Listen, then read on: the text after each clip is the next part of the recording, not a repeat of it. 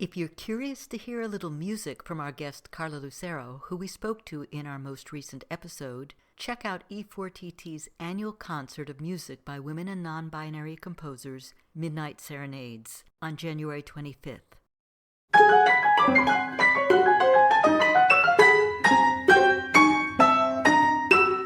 Welcome to For Good Measure, an interview series celebrating diverse composers and other creative artists, sponsored by a grant from the California Arts Council.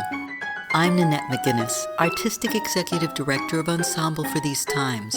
In this week's episode, we continue our Da Capo Conversations, a mini-series where we'll be giving familiar segments a topical twist. Today we revisit Chelsea Hollow's and Corinne Whitaker's perspectives on finding artistic fulfillment and joy.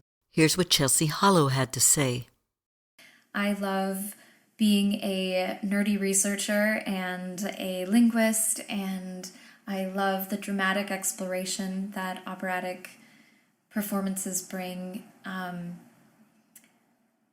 have to say, I think lately my connection to my craft has changed quite a bit in these times where it just seems like every day there's a new stress to our society.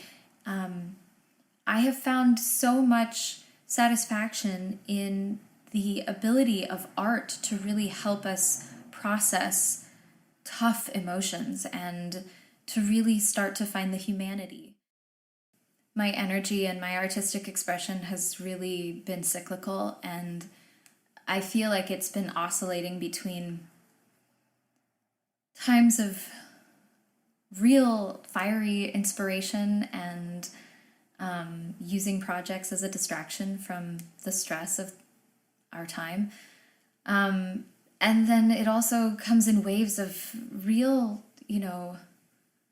trauma and sadness. There's a deep sadness. I miss my family. I miss my friends, and I miss rehearsals. This season was supposed to be a time for me to fly around the country and perform recitals, and I had 5 operas I was in. So I was so excited for all of these, new endeavors, and I definitely felt a stall in my artistic expression. Luckily, I had a couple projects that I had been wanting to do that I didn't have time to do while during my previous spring schedule, so they were kind of on the back burner, and I have ramped them up, and they are now a primary focus of my time. One of those is a call for proposals for my concert, Voice for the Voiceless, and it's been really fun. I've been getting submissions from all over the world with composers who are really excited for the mission of the project, which is basically to showcase the text and the actions of activists. Here's what Corinne Whitaker had to say. I feel blessed to be living at this moment in time. We are a species in transformation as we move from carbon-based to other than. Living forms are being grown on inert substrates. Surgeons and scientists are transplanting parts from other animals into our bodies. Artificial intelligence is radically altering how we see ourselves and each other. We are on a historical journey without knowing where or how it will end. I have sometimes called us the Neanderthals, at other times the quasis. Even researchers at the forefront of experimentation admit to qualms about where all of this is leading. As a species, we are the great innovators. We are also hugely destructive. We seem to be addicted to violence, to warfare, to unimaginable hatred. What other species has put its own kind into ovens, like those at Dachau? I have often been asked if the images used in my books are illustrations. In the usual sense, no. They do not refer specifically to any line or page.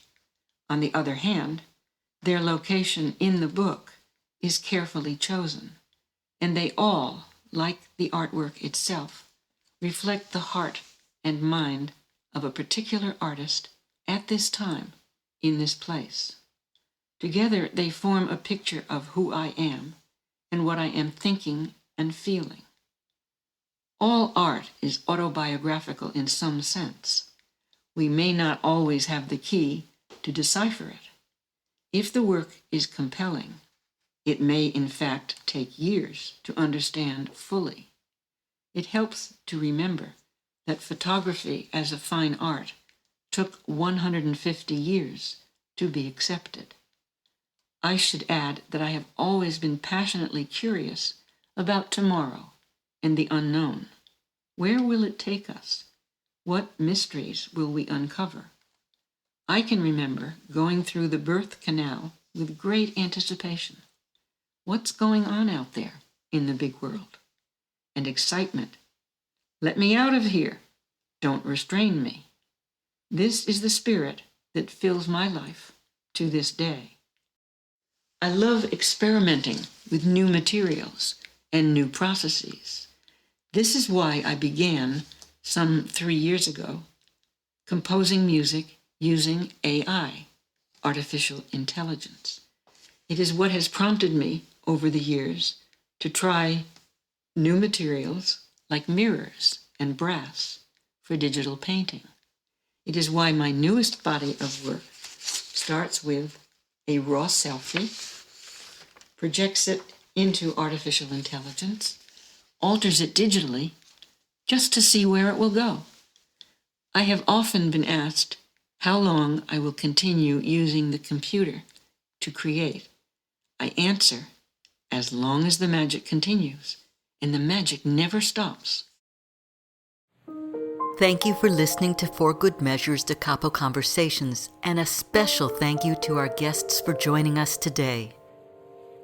If you enjoyed this episode, please subscribe to our podcast by clicking on the subscribe button and support us by sharing it with your friends, posting about it on social media, and leaving us a rating and a review. To learn more about E4TT, our concert season online and in the Bay Area, or to make a tax-deductible donation, please visit us at www.e4tt.org. This podcast is made possible in part by a grant from the California Arts Council and generous donors like you. For Good Measures produced by Nanette McGuinness and Ensemble for These Times and designed by Brennan Stokes, with special thanks to co-producer and audio engineer Stephanie M. Neumann. Remember to keep supporting equity in the arts and tune in next week for Good Measure.